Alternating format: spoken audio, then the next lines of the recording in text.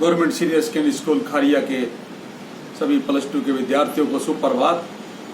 इतिहास में आज का हमारा टॉपिक रहेगा गौतम बुद्ध के जीवन का परिचय। आज हम गौतम बुद्ध के जीवन पर प्रकाश डालेंगे। गौतम बुद्ध, जिसका नाम सिद्धार्थ भी था, शाक्य कबीले के सरदार के बेटे थे। वो शाक्य कबीले के सरदार के बेटे थे, जिनका जन्म 566 ईस्वी पूर्व कपिलवस्तु में हुआ था। उनका बचपन का नाम सिद्धार्थ था। उनके पिता का नाम सुधोधन तथा माता का नाम महामाया था।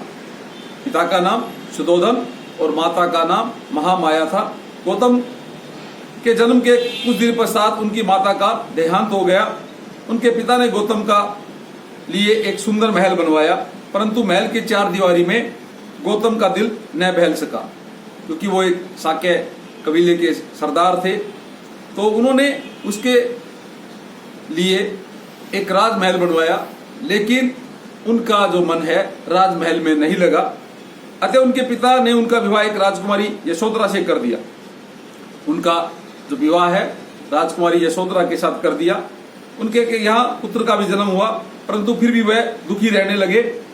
कुछ समय के पश्चात गौतम ने रोग, बुढ़ापा, मृत्यु आदि के दृश्य देखे। एक जनश्रुति के अनुसार कि गौतम बुद्ध एक बार कहीं जा रहे थे, तो उन्होंने सामने से एक मृतक व्यक्ति की अर्थी को आते हुए देखा।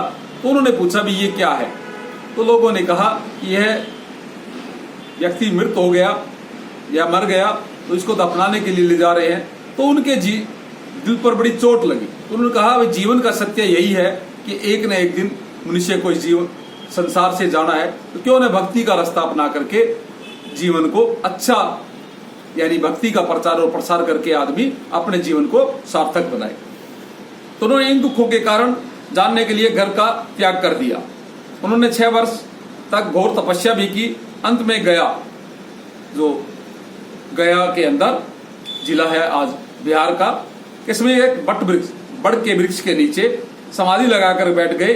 40 दिन के पश्चात उन्हें सच्चा ज्ञान प्राप्त हुआ। उस बड़ वृक्ष के नीचे 40 दिन तक वो समाधि लगा करके बैठे रहे। तो वहां पर उनको एक सच्चे ज्ञान की प्राप्ति हुई।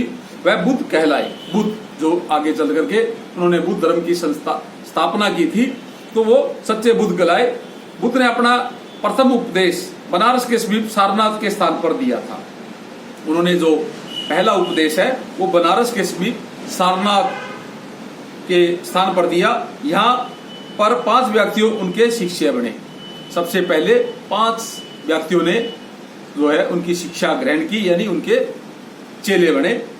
बाद में इन शिष्यों यानी इनके शिष्यों की संख्या दिन प्रतिदिन बढ़ती चली गई। 80 वर्ष की आयु में कुशीनगर नामक स्थान पर इनका महानिर्वाण, यानी इन्होंने अंतिम श्वास पा लिया और मोक्ष को प्राप्त हो गए। Thank you.